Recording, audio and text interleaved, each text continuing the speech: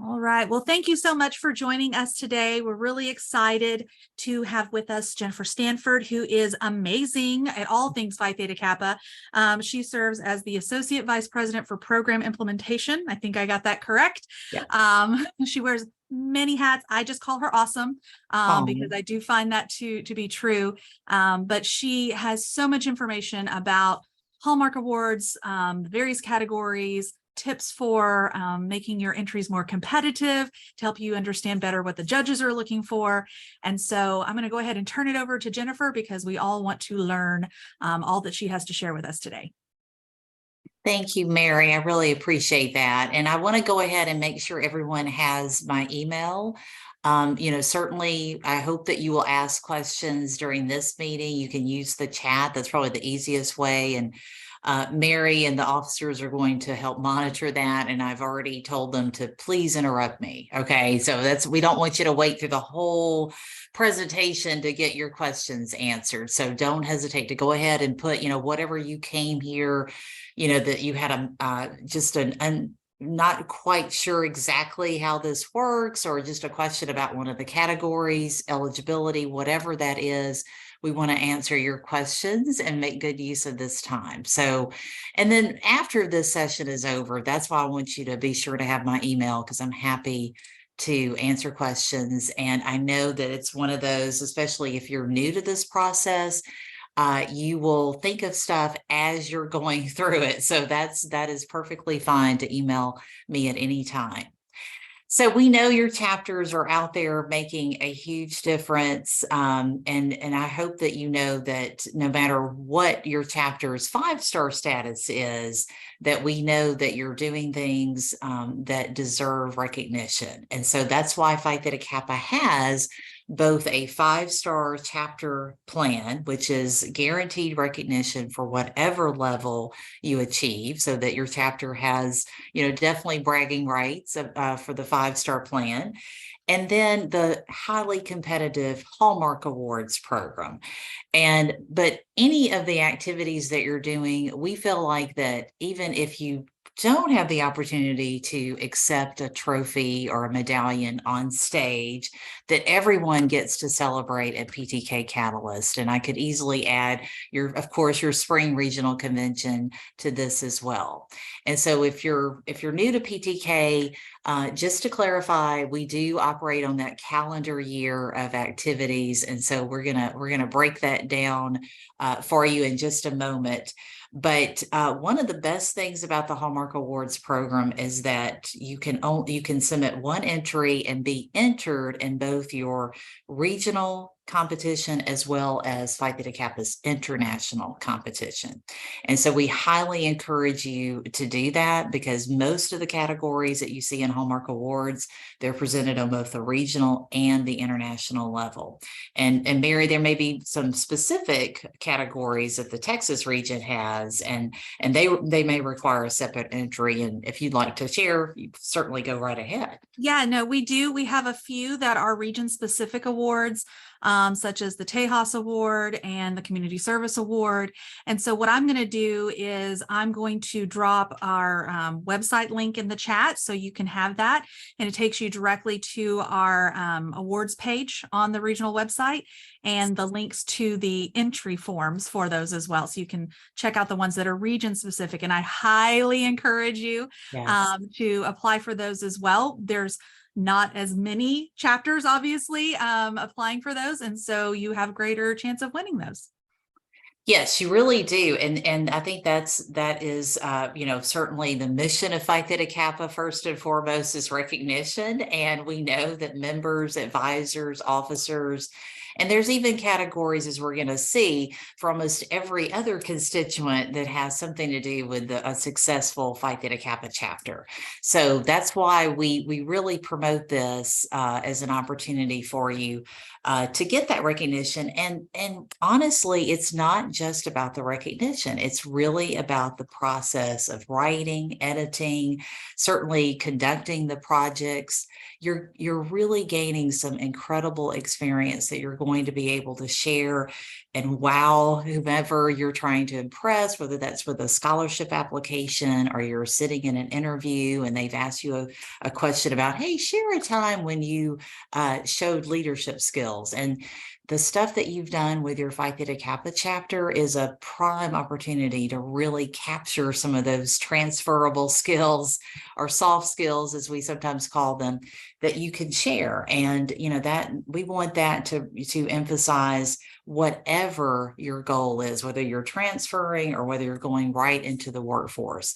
The PTK work that you've done can easily be translated to success on the job or pursuing your bachelor's degree. So take advantage of those. And the entries, you know, that's a great way to have some, you know, written documentation that you can refer back to. So be sure and get copies of your chapter's Hallmark Award entries too. So if you are a 5-star, and I know that there are many 5-star chapters or chapters with a 5-star goal in Texas who are listing.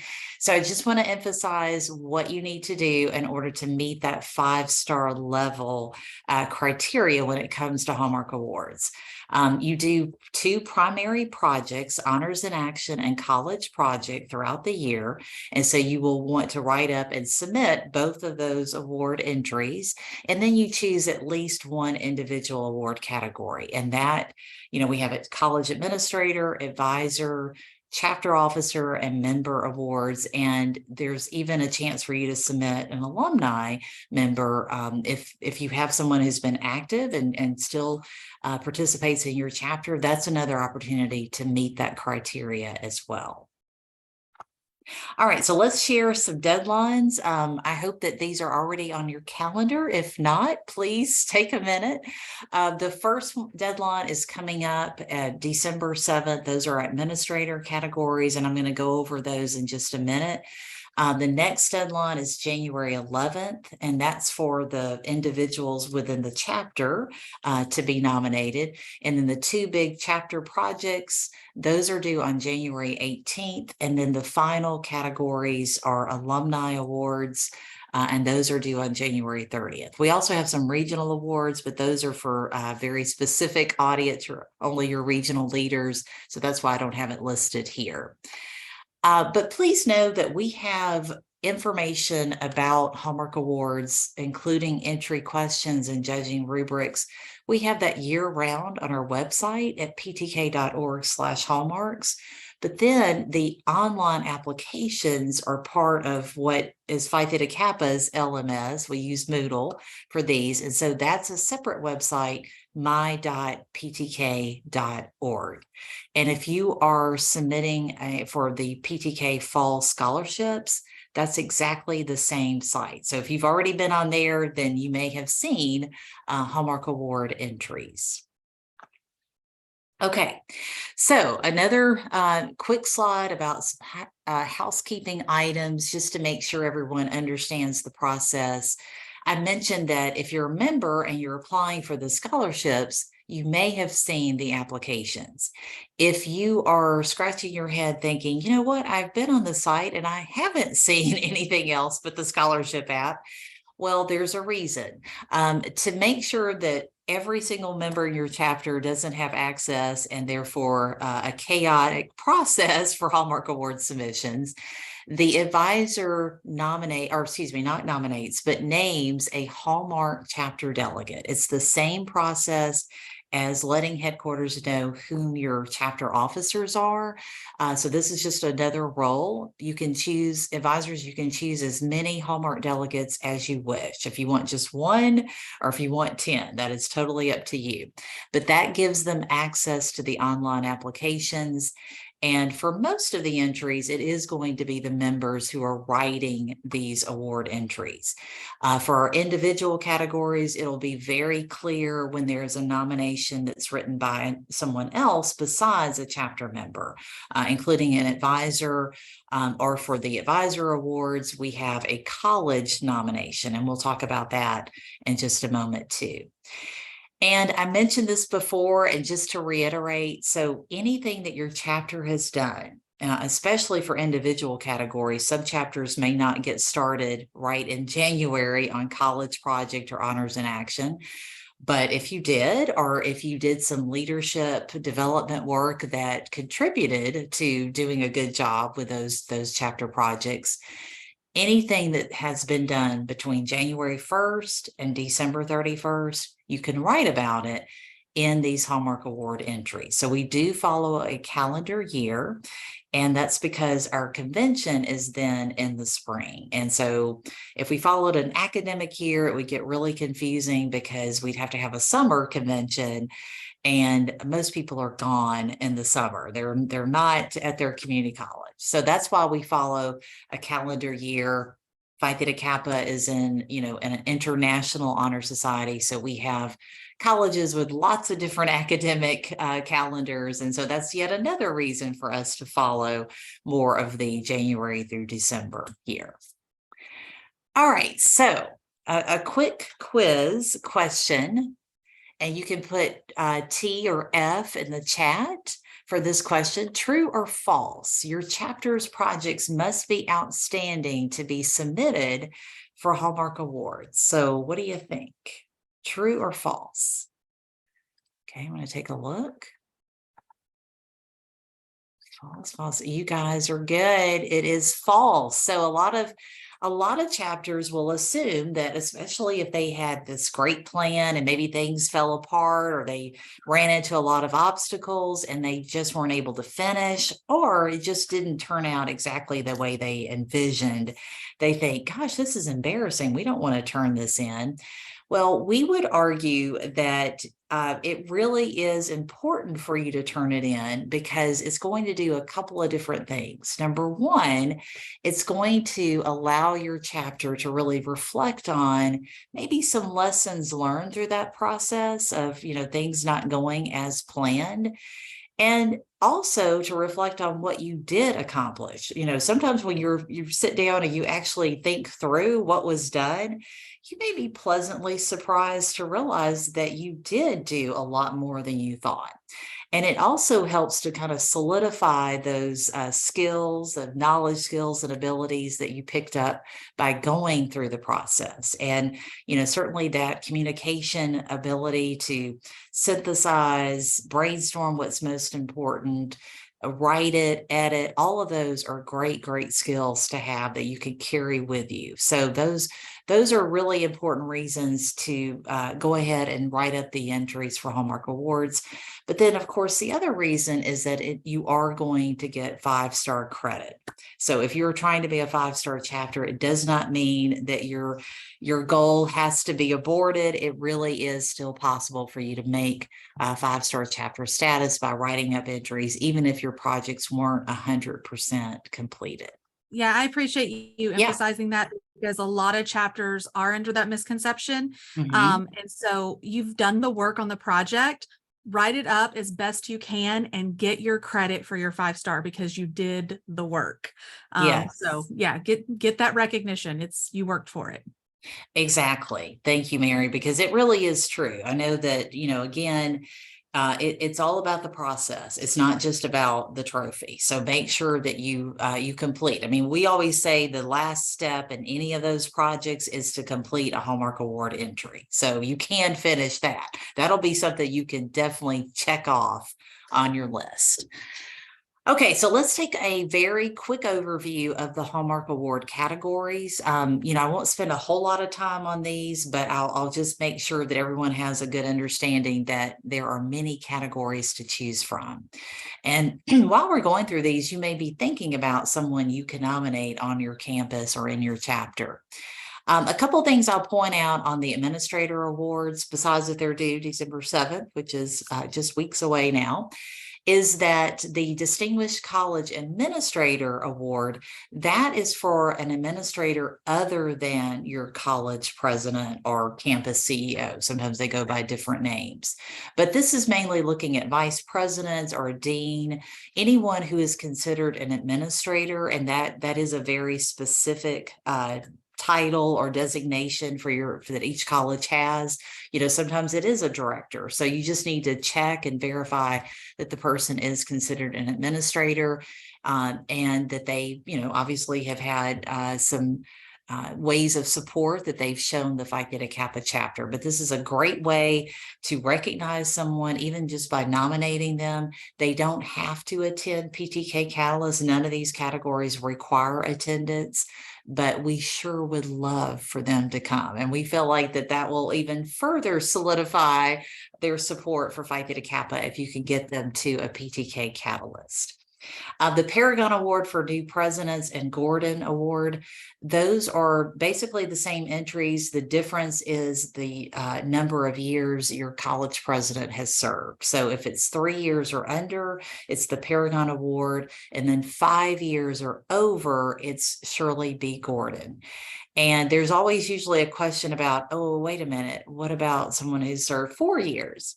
Well, Dr. Lid set the criteria for this, and she did want there to be a gap between eligibility of these two categories.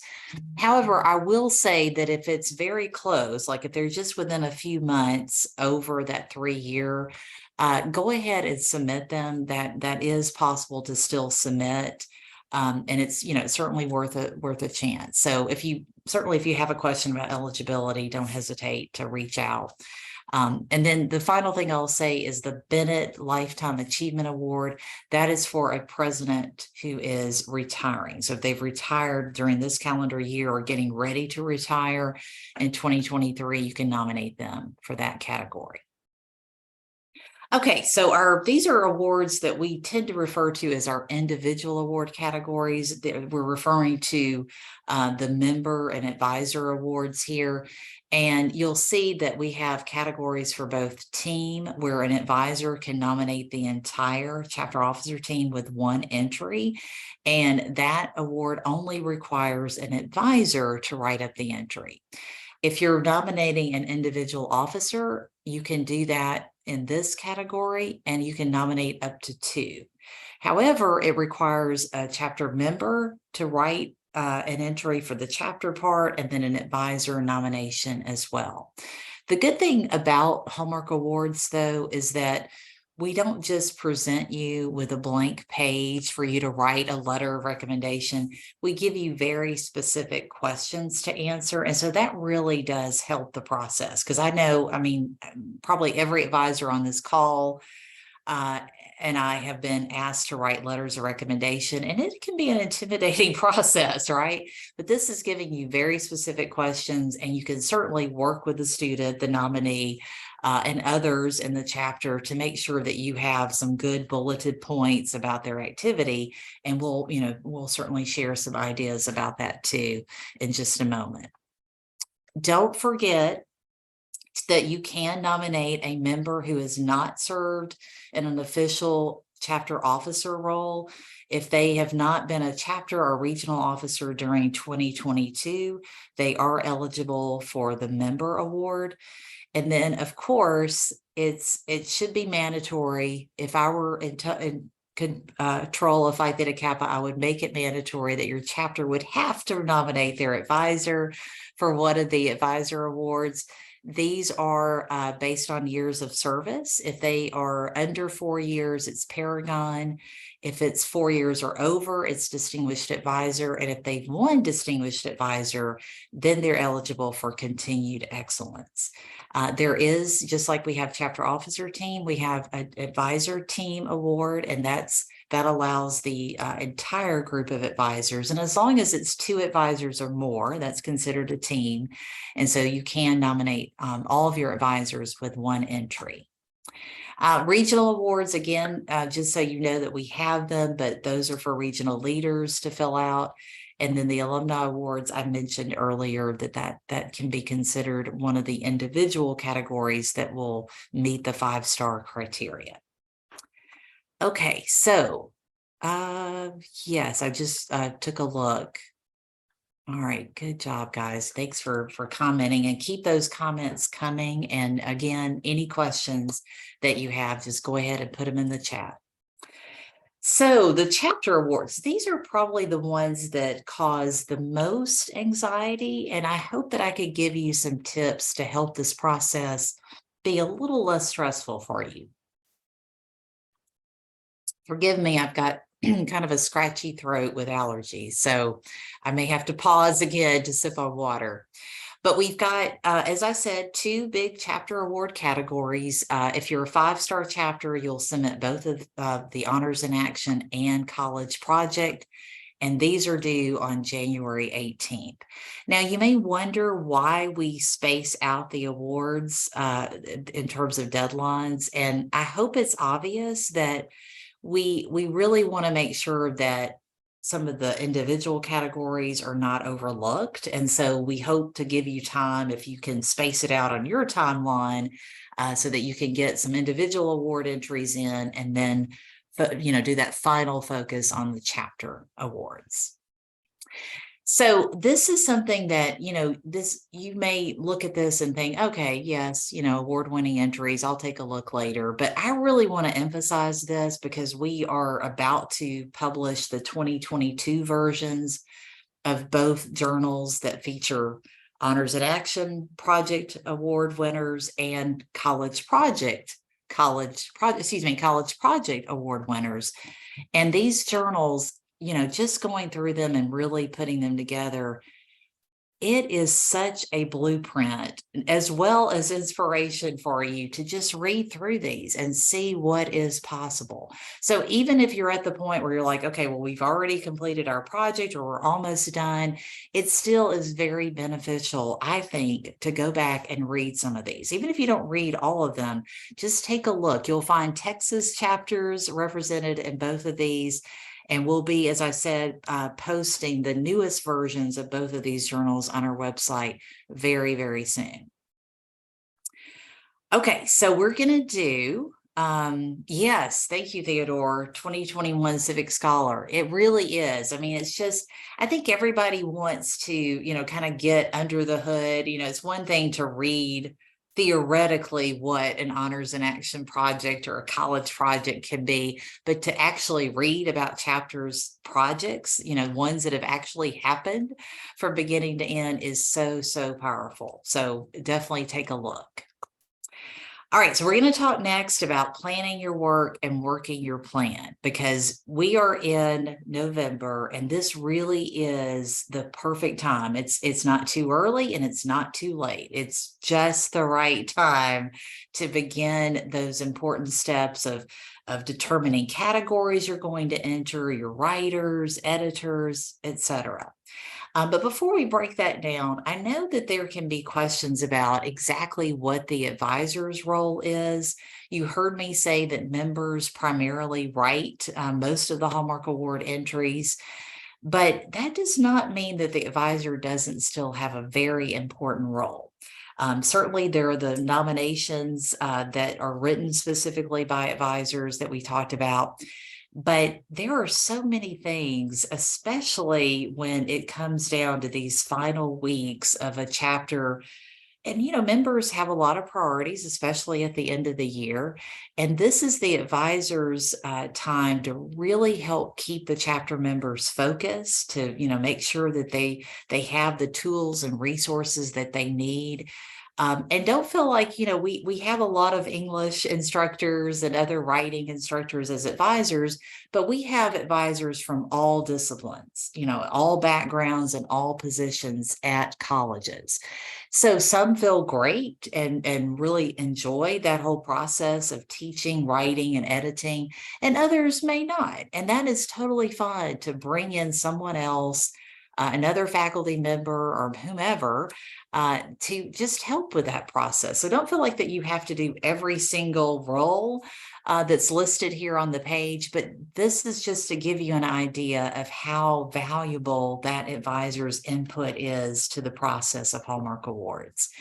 And, we know that there is a lot of continuity that our advisors offer to chapters, especially when members can turn over, every year, sometimes every semester. So never underestimate the power of an advisor to help the chapter get to the finish line. To keep inspiration up is so, so valuable. And there are a lot of things that you can help facilitate for the chapter, including that editing process.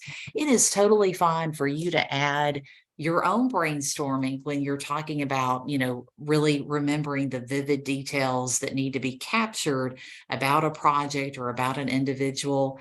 It's totally fine for you to add your thoughts to that process, and even to suggest particular edits. So while you're not going to go in and write it for them, you're still part of that process of facilitating, just like an instructor does in the classroom. So I hope that helps. Certainly, if you have questions about that, let me know.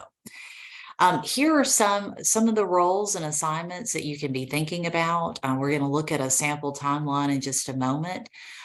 It doesn't start, though, with just determining who the writers are. Please go ahead and think about who can be proofreaders as well as editors, because it's probably true that most of the time an award-winning entry is not the first draft. It's usually going to take several drafts to get to that point where you've got all the important details added, that it's not, you're reading it out loud to, catch those phrases that are awkward or clunky. That's just part of the process. And so make sure that your writers know that, you assign a member who maybe is, particularly good at writing. But this is a very different writing assignment. This is not just writing an essay for a class. This is going to be really representing the entire chapter. And so they need to have a little bit of a thick skin, because it is going to go through that editing process. And we don't want them to feel like, okay, their words were, not good. It could have been written well, but it didn't include all the details. So you can see that this is really going to, kind of be a process, and you want them to be prepared for that. Not the one and done draft and moving on. And then rubric reviewers. That is so good if you can have someone who's not familiar with your projects or your individual nominee, to give them a copy of the rubrics and your entry and let them go through it and point out areas that have not been addressed. But even if they're not, that might be asking a little much of some. So even just giving it to someone else who is unfamiliar can help point out things that are unclear. So it doesn't have to be graded against the rubrics if you feel like that's asking a little too much, but let somebody, let you know what is still not quite clear. Maybe you used acronyms that you didn't explain, or maybe you skipped some steps that make the project seem uneven. They can really help you. They'll catch things that you won't catch because you've looked at it too long. And so all of those timeline items, this is a sample one. I know, Mary, you were talking about your chapter is getting started this weekend, getting those categories determined and writers. It really isn't too early. We've got Thanksgiving next week, and then you come back and there are, the big scholarship deadline, and then finals, and then classes are done, and some of you will be gone 3 or 4 weeks. And that, if you haven't, gotten this process started, you don't want to have to do everything over the winter break. You want to be able to enjoy, some days off and really not have to be panicked, especially if your chapter really doesn't go back until around mid-January. And because if you don't go back till mid-January, you're probably going to miss that January 11th deadline for your member and advisor award. So take a moment now. Again, this is just a sample. But it does include, based on the January 11th deadline. We always, try to back it up a few days before the actual deadline so that you do buy yourself some time. I remember some bad weather. I mean, January is notorious for bad weather. You've got, outages, and internet goes down, and there can be a lot of panic around that. And so if you're working ahead, you're giving yourself a cushion. So this is, something, and I'll just kind of pause here for a second so you could catch up to and start thinking about, what are some of the categories that we want to enter, and who would be some of the ones that could be the best at these roles. And then, don't forget to, make sure that you have a brainstorming session that includes some of your collaborators. It doesn't just have to be the members.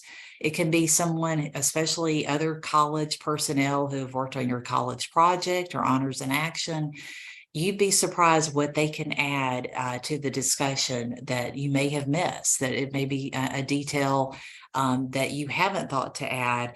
And, I always say the judges really do want to know those details about how the project was planned and implemented. They're not just looking at the outcomes. They do want to see that process, because it shows those critical thinking, strategic thinking, communication skills. That's really where a lot of the rubric points come from. So you want to be sure to capture that during your brainstorming session so that it gets into the entry. All right, so any questions right now? Is everyone good? Any comments? Good. All right. Okay. Well, we're going to keep trucking. Well, wait, I see somebody. No, you're good. Okay. Thought somebody was about to unmute. All right. Okay. So let's talk about some best practices when it comes to writing the entries for the individual awards. And this is something that, sometimes it's maybe some superlative sentences to describe someone. And we want you to know that this is no different than the chapter projects when you're really, showing that evidence of what has been done, not just talking about, a great person or someone that is such a good friend or someone who's an excellent scholar. We really need to see evidence. And so some of the ways that you can get this information is certainly your chapter project journals. We hope that people have been taking notes, and that can really help you, kind of sparse out who did what with your chapter events. It's fine to interview the nominee. If you're not keeping it a secret, let them weigh in. It's just like when they ask someone for a letter of recommendation and they give some notes about, okay, well, these are some of the things that I'm most proud of. And that might be something that you miss otherwise. Be sure to focus on PTK activities. This is not the same as, possibly some scholarship awards where you're kind of giving that overall picture of someone's involvement, their extracurricular involvement. You can mention other leadership roles that they've had, in the community or on campus for context, but we really are looking at, an excellent PTK chapter member or chapter officer. So it's very much centered on Phi Theta Kappa. And then, talk to others about the nominee. They can share also, especially the member nomination. We don't want the nominee to write their own nomination. So, chances are the person who is chosen to write it is going to have, some good information about the person. But, again, doesn't hurt to make this a team sport, right? Just because there's one person writing it doesn't mean that they can't gather input from many people. And then I love Strengths Finder. We've done it. I know a lot of chapters more and more are doing this type of kind of leadership assessment. And this is just one example of a way to get more descriptive language about someone. And so that you're not just saying, oh, they're an awesome leader.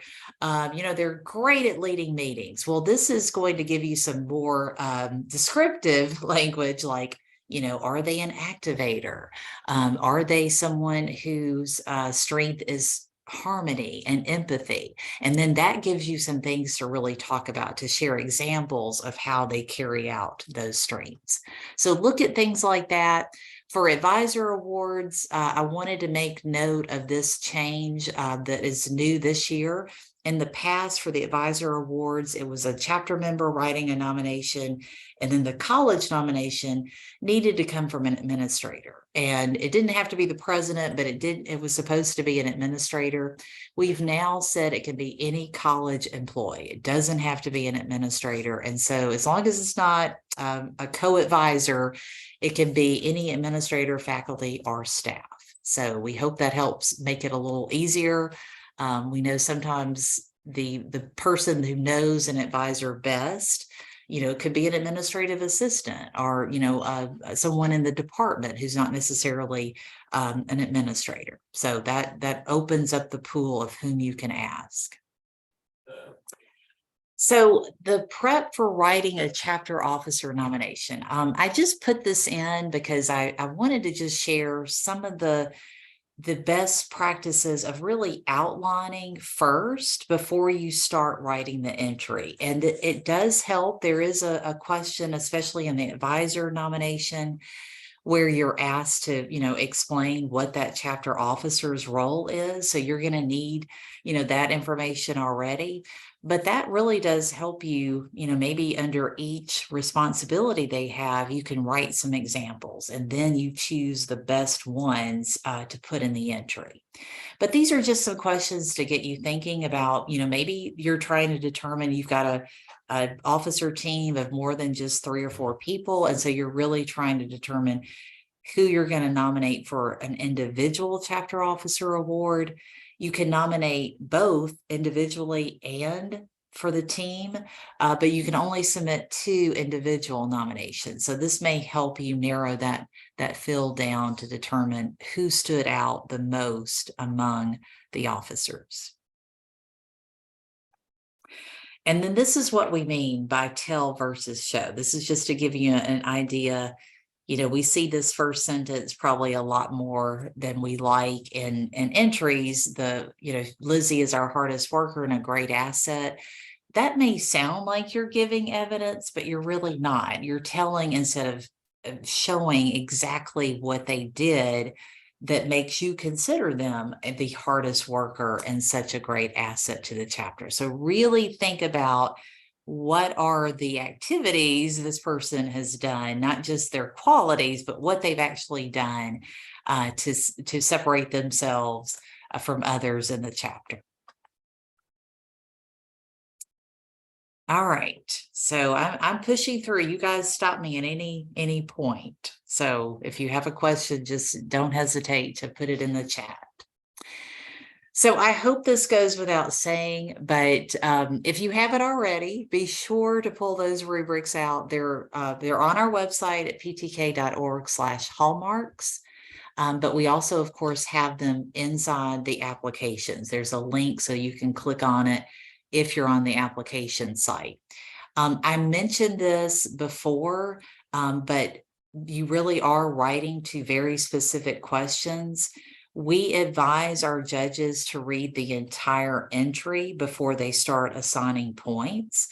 And that really helps, while you could, be writing about a very specific rubric, let's say about someone's teamwork. You might write about that in a question that's focused on teamwork, but there are going to be other examples that you're likely sharing in other questions. And so that's why we encourage them to read the entire entry. And that way you can judge any evidence of teamwork from the entire entry and not just that one question.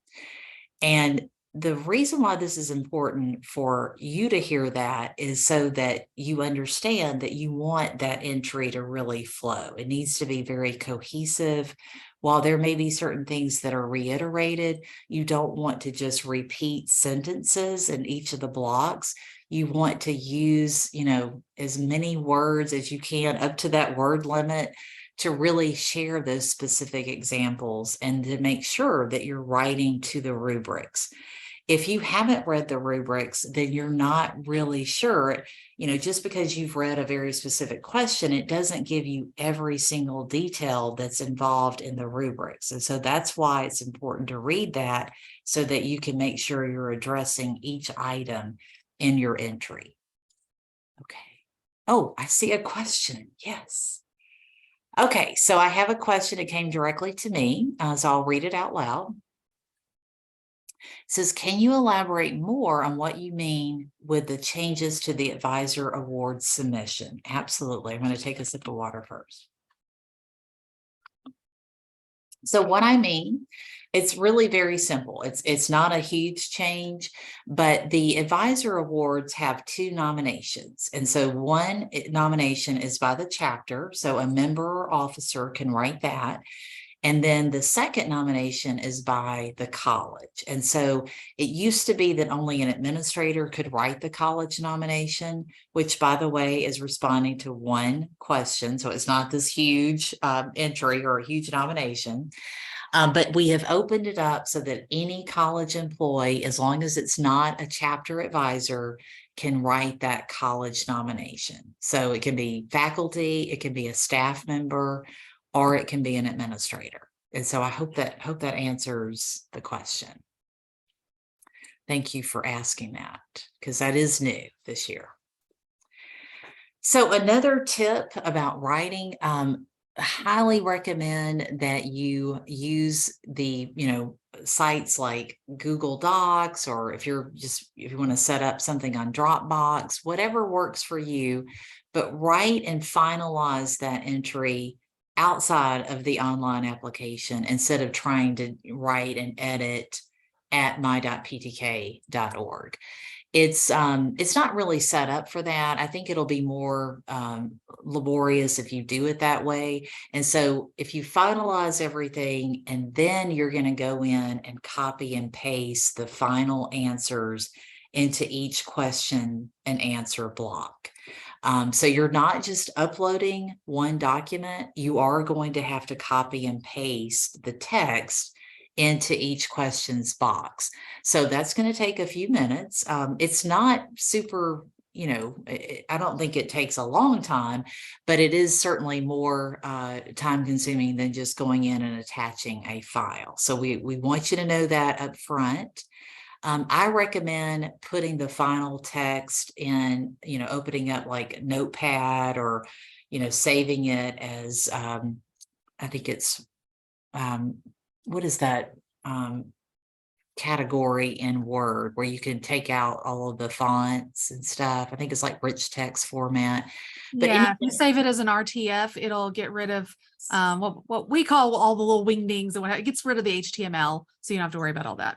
Exactly. Thank you, Mary. So that's, if you could do that, that's usually easier than, copying it directly from a Word document, because it is going to put in some extra characters, especially quotations. It loves to put in the wingdings, as you call it. So we recommend doing that, and then definitely have someone, we hope that you've proofed it before you're copying and pasting, but have someone go behind the person that copied and pasted, because we see this happen more times than we like, and because it's always heartbreaking where someone has copied and pasted the same paragraph twice. And so, sometimes the answer really isn't there for a particular question. It's just a repeat of that previous question. And so the points are not going to be given because it's not addressing what the question is asking for. So have someone go in and look at it after you. And then know that for your Honors in Action Award, we do ask that you you're submitting kind of a bibliography of your 8 most important sources, and they have to be truly academic sources. We want you to use APA style for citing the sources, but our software does not allow boldface, italics, or underlining. So you're not going to get counted off for that. But everything else about, the APA citation, we want you to have that fully cited using APA. And we're on the 7th edition. So I think that's in the application, but just want to clarify that. So that really is, to me, one of the best things that we've done this year is we had a technical writing webinar hosted back in September, and we had a communications professor who's also a Phi Theta Kappa advisor, Matt Herman, terrific guy, terrific advice that he gave. And this is some of the advice, and you can go back and watch the video of that webinar that we did.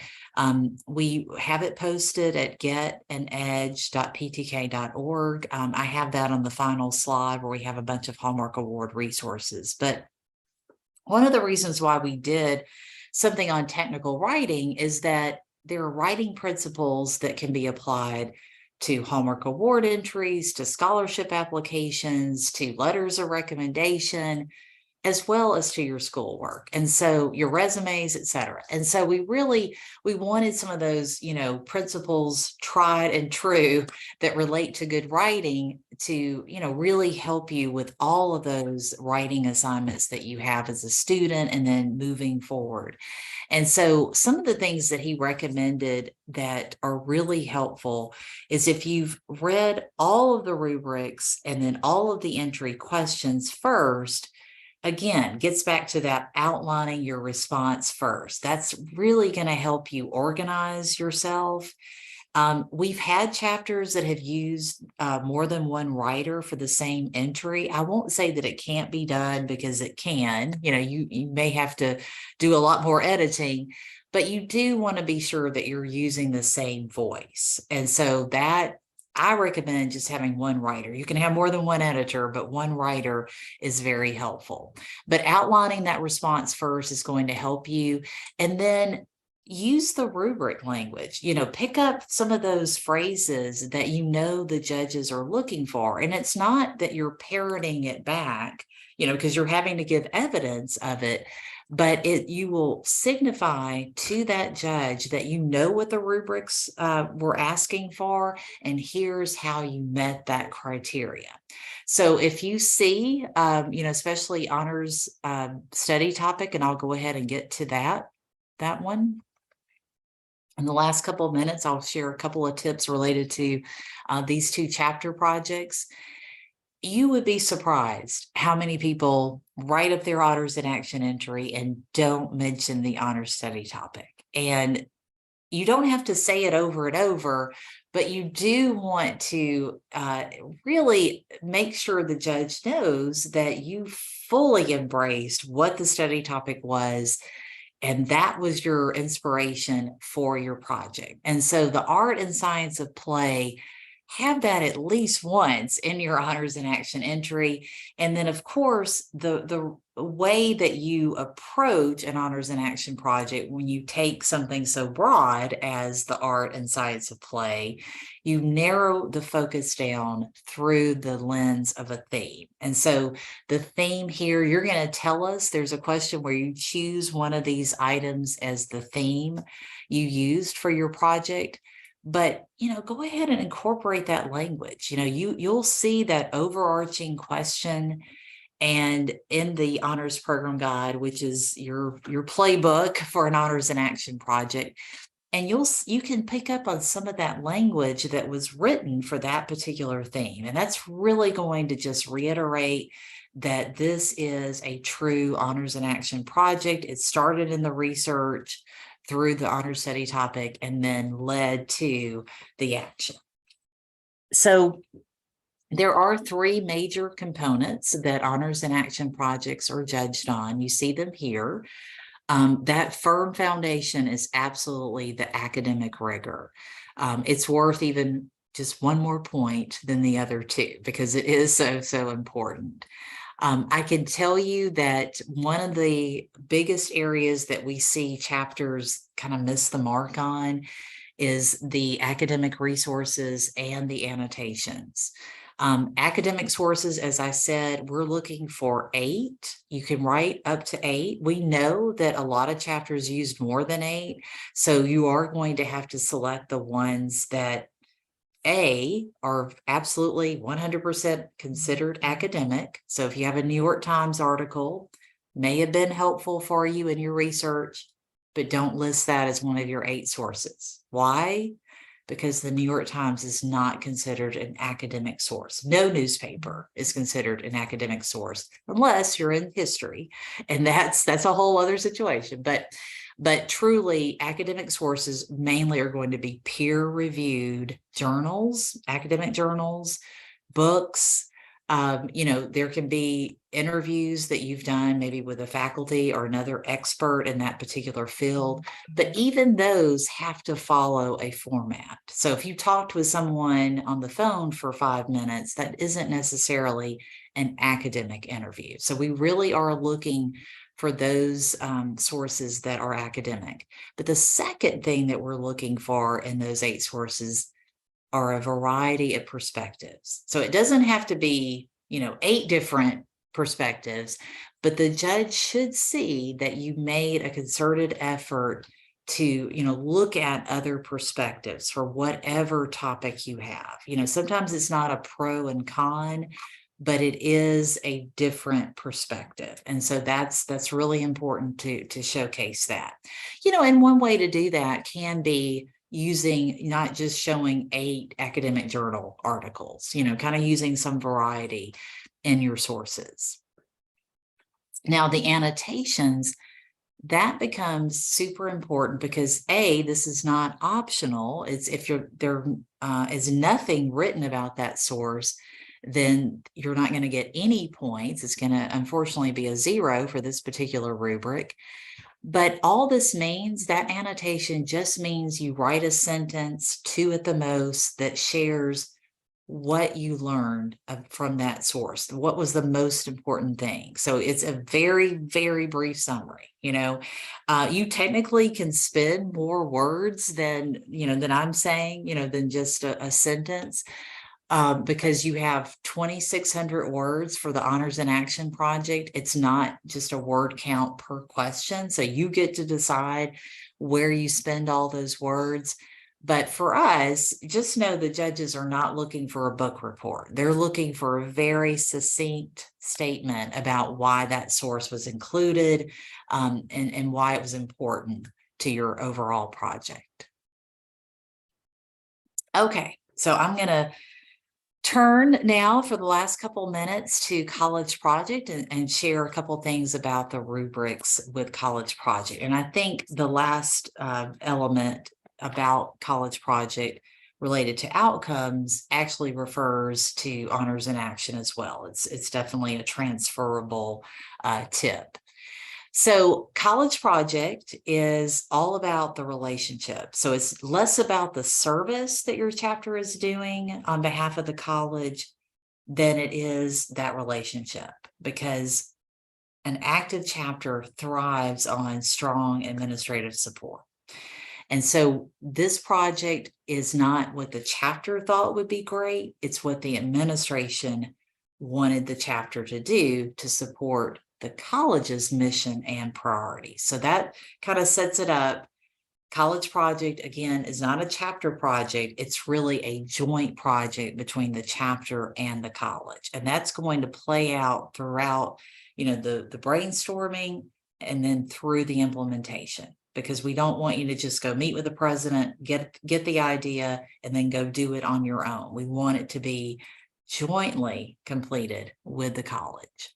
Not necessarily jointly completed with the president. We know they have other things to do, but chances are they're going to pair you with a department or another area on campus to carry out that project. So when you are writing up the entry, always have that idea that this is about showing how the chapter worked jointly with the college and strengthen that relationship. So there are fewer rubrics in terms of the breakdown of rubrics. When you see Honors in Action, there's a lot of broken down specific criteria under those 3 big categories. In College Project, it's really 4 categories, but there's not as much there. So you won't, to me, it's written very much like a blueprint for your project. I'm going to share a couple of things again with that idea of what we see missing in College Project entries. And one of the main things that we see missing is really under preparation, but it impacts every single rubric category. And that's that the project is never fully explained as to how it relates to the college's priorities. It may be inferred, but we really need the chapter to explain what the strategic plan, sometimes the mission statement is so broad that truly almost anything would fit under it. So try to make sure that you've looked for maybe a strategic plan. Those are usually on the college's website, and that you can tie it very specifically to that. And then, really making sure that it was clear what the objectives or goals of the project are from the very beginning, so that you know what outcomes the college president or administration is looking for. And again, it doesn't mean that, even if your chapter hasn't been successful in meeting all of those goals, maybe it was just one or two goals, that you can't still write it up. But we want you to know, and I'm showing you just the example. There are 6 questions that you'll respond to for the College Project Award. And then for this one, you have 1,600 words, so it's not quite as long as College Project. But what we really want you, and again, to emphasize that this is a method that you're going to be implementing for Honors in Action as well, is you're talking about outcomes that are both quantitative and qualitative. Sometimes chapters will forget the second part, though, the including the project's impact on members.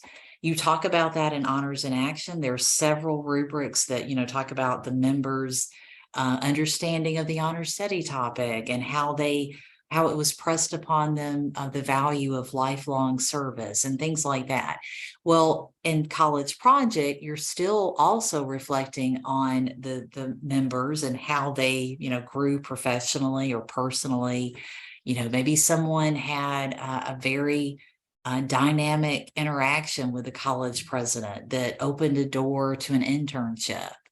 Or a scholarship. And so those are the kind of details that you're looking for. It doesn't have to be that specific, but something that can really raise the level of, instead of parroting back, oh, we all grew as scholars and leaders, a very specific example of how that person or how those members grew. And you can include others that are not members.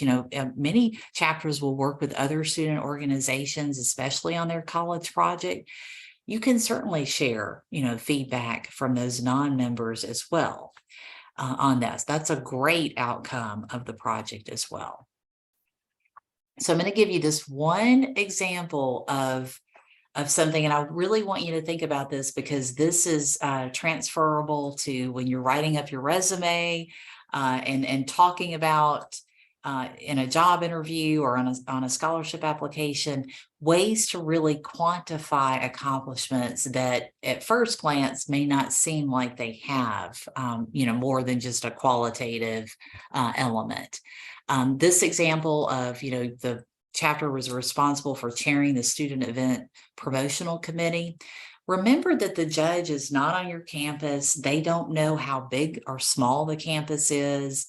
And if it's small, that doesn't mean that you can't still provide context that really helps the judge understand what obstacles you had to overcome, or just how big of an endeavor this really was. So look for those ways to really itemize and measure and give measurements of how the committee, what all was involved in that, how many students were involved, how many students are on campus. And this is just an example. I know that you can think of other ways, for things that you do on campus with your projects, that you can share those numbers, because judges really do pay attention to that. That gives an incredible amount of context for a chapter's work. Okay, we were like right at time. I've tried to keep an eye, because we were kind of answering questions as we went, but I'm going to share this final thing about making sure you guys have, these web addresses, most important. I mentioned that we have done the technical writing webinar that can be found at getanedge.ptk.org. That's where all the PTK Edge courses are, but we've added these chapter development videos to that site as well. And we also do a lot of other Hallmark Award webinars during the year, and you'll find those videos at this site too. But anything else that's We still? have a Oh, question in the chat. yay. You want to take a Okay. look at it? All It's right. longer. I would read it out. Okay. Let me take a look at it. Sorry, I've got to get out of this. My toolbar went away. Okay, here we are. Is it okay? Concerning HIA, you said that we need to link our research question to the study topic, theme, and overarching question of our choice. How in-depth do we need to be in explaining the link between play and our specific topic? For example, do we need to explain how art in all its forms is a kind of play? Well, I would say that you really are making the case for how your project is founded upon that particular theme in the honor study topic. So while you may not, have to give, the 30,000 feet view of play, you definitely want to help the judges understand how you got to that particular research question and how it relates to that particular theme. Sometimes chapters will just use the theme and they'll kind of forget that there's an overarching topic attached to it. These themes usually have play in them, so that's hopefully less likely with this particular topic. But don't hesitate. I mean, if you're feeling like that you're explaining too much, you probably are just right with explaining how it relates to that particular honor study topic theme. So know that the judges they're excited to read about how chapters have implemented the art and science of play. So, they don't know anything about your project except what's on the screen, because we do online judging. So don't hesitate to, give as much detail as you possibly can so that they can understand the thought process of how you got there based on the honor study topic. Does that make sense? I don't know if Can I add in a little bit? Yeah, absolutely, Mary, please. So I'll tell you the approach that we typically take, because it's a lot that you have to do in very few words. It's very much as technical writing. This is not creative writing with a lot of fluff. And so it's about making the best use of your words. And so a lot of times the broader concept things we handle with our annotations in our bibliography. So what we do, like if I'm like defining what play is, right? Have a peer-reviewed source that explores that, and then summarize that right in your annotation that kind of leans into where you're headed with your specific topic. You got to tell the story, not just in answering the question of like walking the judges through your research, but your bibliography and those annotations are telling the whole story of your project as well. And so we always try, we start out with, we have at least one source that tells like the big thing. What does the art and science of play mean? So what is play, right? So you got to have a source like that. Then there's got to be a source or two that's specific to your theme. And then you start getting into the specifics of what you researched, your particular research question, and what led you directly to your action, how you got there, made that decision. So we handle a lot of the big concept questions. Typically in our bibliography, we'll make just a brief nod to it in the research because it's part of that story, but we let the bibliography kind of support and be the meat on some of those broader concept themes. Yes, that's really good. That's great advice. And again, if you feel like that, there's other questions, especially related to honors and action, Susan Edwards is our honors and action guru. She is wonderful. And I can certainly, in fact, I'll put her email in the chat right here, Susan.Edwards. She can certainly, talk to you as well. Yeah, she's always very great about getting back and being Yes. helpful. Everyone at headquarters is. So like when Jennifer's saying, don't hesitate to reach out to her, when she's saying, don't hesitate to reach out to Susan, they mean that. They're very Right. willing to help anyone because they want to see you be recognized for all your hard work and the great things that you're doing. We really do, especially, as I said, that non-recognition, that non-competitive part with 5-star, you're only competing with yourselves, to be a 5-star chapter. So and that's possible for anyone, that we can have as many 5-star chapters as there are Phi Theta Kappa chapters. Yes. I saw one other question was a direct question to me that I can answer very quickly, and that is, what does presentation mean on the college project rubric? Thank you for letting me clarify that, because I skipped right over it.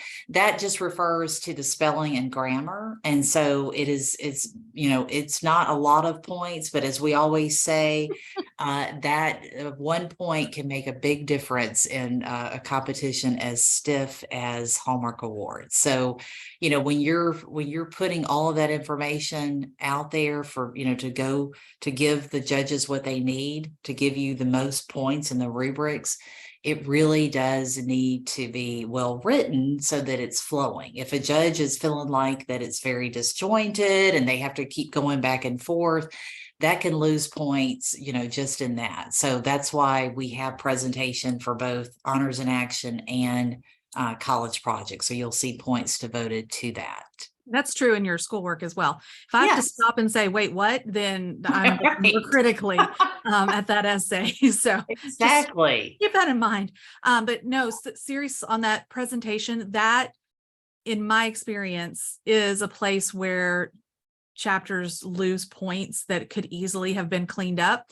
And yes, like she's not kidding when she says it's close. It's often not even a point difference, but tenths of a point difference on whether or not you're on the stage or not. We missed number one year by 0.08. Oh gosh, Mary. Oh, like, it's close. I know. Well, when you have hundreds of chapters, then, the scale, so and it really does, especially on a 100-point scale, sometimes the entries, it can be a really good entry. You could score 90 out of 100, but the top 50 scored 95 to 100. So that's what you have to think about. It's not just about, that good entry, it's about a great entry. And which is why we want you to go through this process, because trust me, that Hallmark Award write-up, as I said earlier, you can use it in other places. And this is something that you've done the work, use it for other things. It doesn't have to just live and breathe as a Hallmark Award entry, because we want you to get as much mileage out of this as you possibly can. And my tombstone will say 0.08. Oh no. Taking that to the grave. Oh, that's heartbreaking. I'm sorry. It really I would have rather have been 25 points at that point. Oh, I know. Yeah. Oh, it's all good. It's all good. We were beat by a great chapter, and it just made us try harder. That's what happened. You did get there. So you did. Yes. Yes, we did. You did. Yes, we did. Well, thank you guys. I know that I've taken up more than I was supposed to. So I really do appreciate you guys hanging in there with me. I know Mary's going to share this too, but as she said earlier, we really do mean it when we say you can reach out to us anytime. Absolutely. So we did record this. So if you had chapter mates who were not able to be here today, because I know the time sometimes is just challenging with everyone's schedules, we are going to post this on our YouTube channel. I will share on social when that is loaded on our YouTube channel so that people can watch it. You can go back and see pieces of it if you would like to, if you want to refresh on something. So all of that will be available. We do have another virtual workshop coming up on Thursday at 4 o'clock on applying for scholarships, because 'tis the season.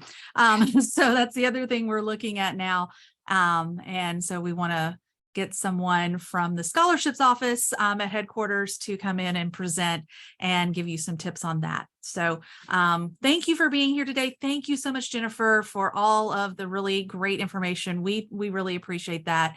And spread the word about Thursday so you can come back and learn how to win all the money, because smart, hardworking students should never pay for college. That's right. Well said, Mary. All right. Good luck, everyone. Y'all have a really great evening. Thanks. Bye-bye. Bye.